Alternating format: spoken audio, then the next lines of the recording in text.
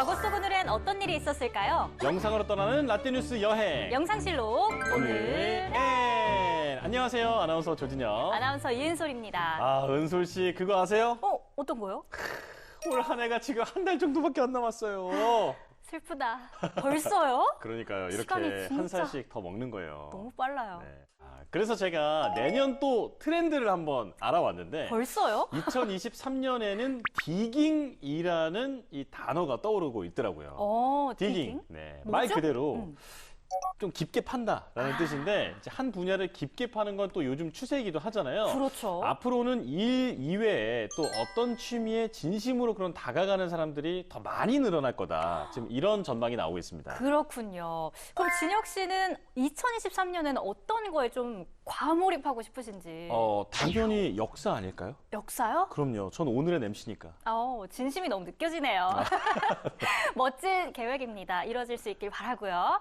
일단 진혁 씨 취미는 살짝 넣어두고 2023년에 다시 꺼내기로 하고 이번엔 과거 이야기를 디깅 함께 해볼까요? 좋습니다. 그럼 과거 속 오늘엔 어떤 일들이 있었는지 함께 보시죠.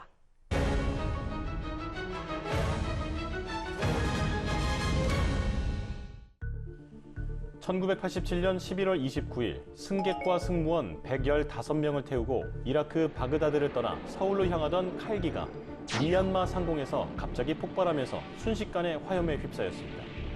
이 사고로 승객과 승무원 199명은 전원 목숨을 잃고 말았는데요. 당시 정부는 1988년 1월 15일 한 달 반 동안의 수사 결과를 통해 폭발의 원인을 북한에 의한 공중 폭파 테러로 공식 발표했습니다. 이 테러가 북한의 소행이었나요? 맞아요.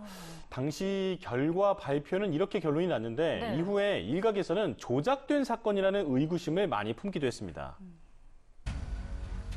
폭파범 마유미의 본명은 김현희로 당시 김현희는 기자회견에서 자신이 북한 노동당 중앙위원회 소속 특수공작원이라고 밝혔는데요. 사건 당시 김현희는 바그다드 공항에서 서울행 칼 858기에 시한폭탄을 갖고 탑승한 뒤 중간 기착지인 아부다비에서 비행기 선반에 시한폭탄을 놓고 내렸습니다. 폭파범들은 범행 이틀 뒤 바레인 당국의 조사를 받다가 음독자살을 기도했지만 김승희는 사망하고 김현희는 의식을 되찾았는데요. 수사 결과 폭파범들은 1984년부터 3년 7개월 동안 언어 교육과 폭파 훈련을 받은 것으로 드러났습니다. 당시 칼기 폭파 사건으로 국내외에서는 북한의 만행을 규탄하는 비난의 여론이 들끓었고 남북 관계는 더욱 악화됐습니다. 그럼 이번엔 1968년으로 가볼까요? 과거 서울 시민의 일상에서 중요한 역할을 했던 서울 시내 전차. 1968년 11월 29일 서울 시내 전차가 마지막 운행을 마치고 모두 철거됐습니다. 1966년 10월 12일 종로구 세종로 지하보도를 건설한다는 이유로 세종로 쪽 전차 노선이 폐지된 뒤 단계적 철거가 이루어지면서 이날 역사 속으로 사라진 건데요. 1899년 전차가 개통된 이후 69년 만이었습니다. 전차의 전성기는 1920년에서 1930년대였는데요. 서울 시내 거의 유일한 교통수단인 탓에 운영사인 경성전기에 막대한 이익을 안겨줬습니다. 경성전기는 당시 경성시에 거액인 100만 원을 기부할 정도였고 시는 이 돈으로 구립병원과 부민관을 지었습니다. 그런데 대중교통수단이다 보니까 크고 작은 사고가 적지 않았는데요. 1929년 학생 120명을 태운 전차가 전복하면서 88명이 다치는 참사가 터졌고 당시 여고생은 대부분 상류층의 딸인 만큼 큰 파문이 일어나기도 했었습니다. 와, 정말 심각한 사고였네요. 1965년 말까지만 해도 전차는 서울 시민의 발이었는데요. 노선이 총 40km가 넘었고 하루 평균 운행 차량 대수는 2,811대, 하루 평균 승차 인원은 44만 928명에 이르렀습니다. 그 이유가 당시에는 거의 유일한 대중교통 수단이었기 때문이겠죠? 그렇죠. 지금으로 따지면 네. 택시에 버스에 지하철이 다 합쳐져 있는 거죠. 그러나 전차는 시간이 흐르자 계속 적자에 시달렸습니다. 더불어 노후한 차량도 문제였는데요. 또 시속 7km에 불과한 전차의 속도는 점차 늘어나던 버스와 승용차를 가로막는 방해꾼으로 전락했습니다. 역사 속으로 사라졌던 전차는 최근 환경을 위한 대체 교통수단으로 떠오르며 부활을 앞두고 있는데요. 과연 새로 태어날 서울의 전차는 어떤 모습일지 시민들의 궁금증을 자아내고 있습니다. 이뿐만 아니라 11월 29일에는 또 다른 역사도 많았는데요. 1920년에는 독립운동가 강우규 의사가 서대문 형무소에서 순국하기도 했습니다. 네, 일본의 3대 총독 사이토 마코토의 마차에 폭탄을 던지셨죠. 맞아요. 강우규 의사는 백발의 독립투사로 기억되기도 하는데요. 그 이유는 폭탄 투척 당시에 65살이었기 때문입니다.